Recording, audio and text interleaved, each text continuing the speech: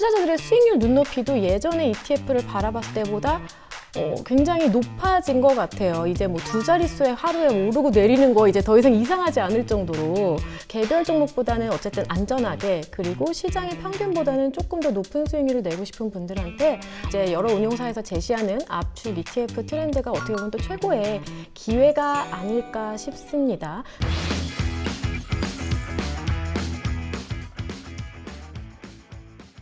안녕하세요. 에이스 ETF 염정인입니다. 안녕하세요. 에이스 ETF 박주환입니다.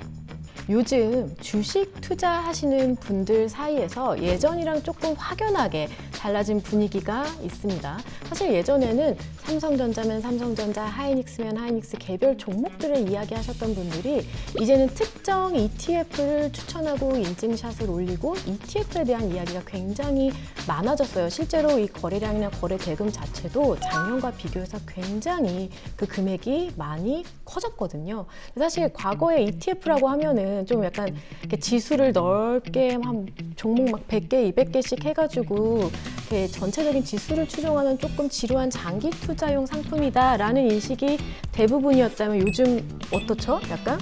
요새는 아무래도 좀 특정 테마나 섹터들에 집중해서 좀 상품들이 많이 나오고 있기도 하고, 뭐 특정 종목들을 좀 압축해서 만든 ETF들이 또 많이 유행을 끌고 있습니다. 옛날엔 사실 뭐 이렇게 레버리지 아니면 답답해서 못하겠어 이런 분들이 꽤 많았었는데, 이제는 막 종목이 딱 10개, 15개 이렇게 압축된 상품들이 시장에 굉장히 주인공이 된 것 같은 그런 느낌입니다. 그럼 차장님, 시장에 왜 이렇게 유독 최근에 압축 포트폴리오에 대해서 진심이 된 걸까요?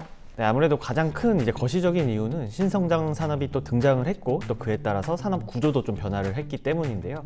이제 과거에는 뭐 반도체면 반도체, 화학이면 화학 이렇게 좀 업종 전체에 투자하는 상품들이 거의 대부분이었는데, 지금 이제 신성장 산업들이 계속 등장을 하면서 섹터들이 좀 더 다양화되고 세분화됐다고 좀 볼 수 있을 것 같고요. 이제 그렇다 보니까 뭐 반도체 ETF들도 AI 반도체 혹은 뭐 반도체 소부장 아니면 특정 종목들의 좀 비중을 높여서 탑4나 탑3 같이 이런 압축화된 상품들이 많이 좀 출시가 되고 있는 상황입니다.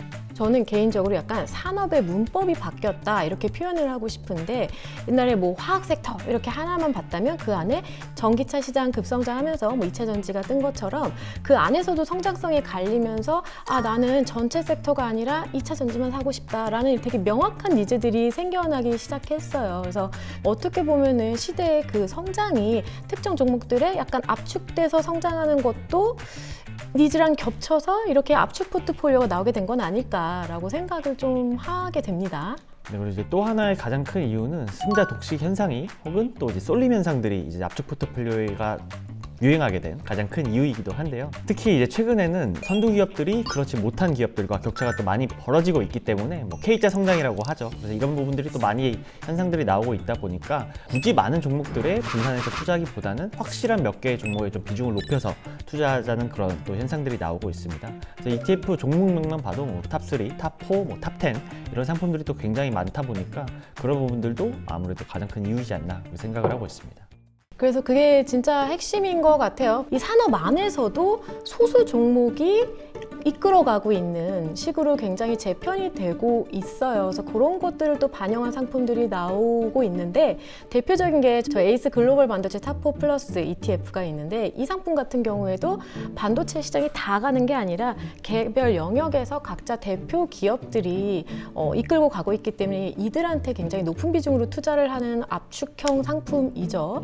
그래서 이런 걸 감안해 보면은 투자자들의 수익률 눈높이도 예전에 ETF를 바라봤을 때보다 굉장히 높아진 것 같아요. 이제 뭐 두 자릿수에 하루에 오르고 내리는 거 이제 더 이상 이상하지 않을 정도로 그렇게 된 것 같은데, 뭐 그런 것도 하나의 이유가 되지 않았을까요? 최근 투자자들의 관심을 끈 게. 그럴 수도 있을 것 같고, 근데 이제 압축형 ETF가 이제 압축 투자는 항상 이제 양날의 검이 있다는 점을 좀 기억을 해주셔야 될 것 같은데, 압축형 포트폴리오가 이제 주가가 오를 때는 당연히 또 주가가 많이 오르겠지만, 반대로 또 주가가 빠질 때는 더 많이 하락을 할 수 있기 때문에 항상 이 위와 아래를 같이 보고 투자를 하시는 거를 추천을 좀 드리고 있습니다. 왜 레버리지 같은 것도 올라갈 때 남들보다 더 빨리 올라가지만 내려갈 때도 더 빨리 내려갈 수 있잖아요.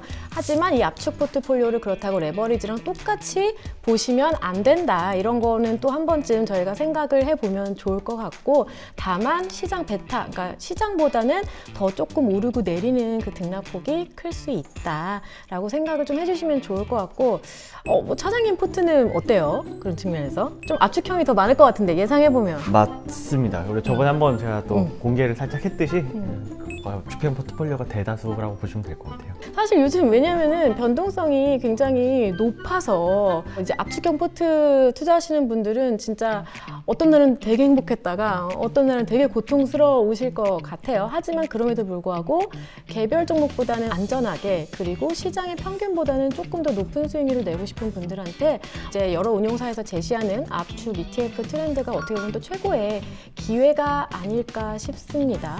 그러면은 저희 에이스 ETF 중에서 하나만 추천을 해주신다면 어떤 걸까요?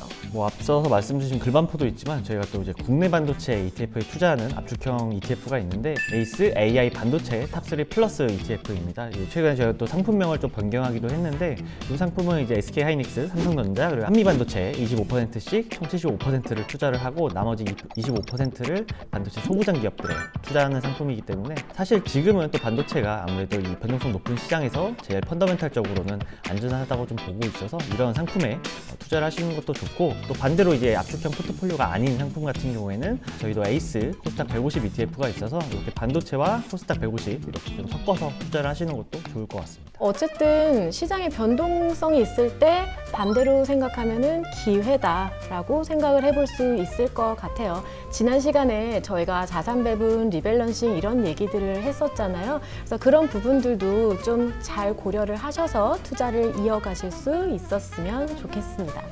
뭔가 마지막 멘트 또 해주세요. 또 못해.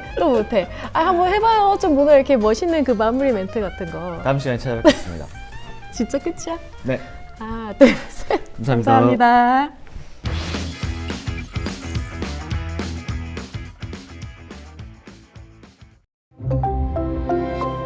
ACE ETF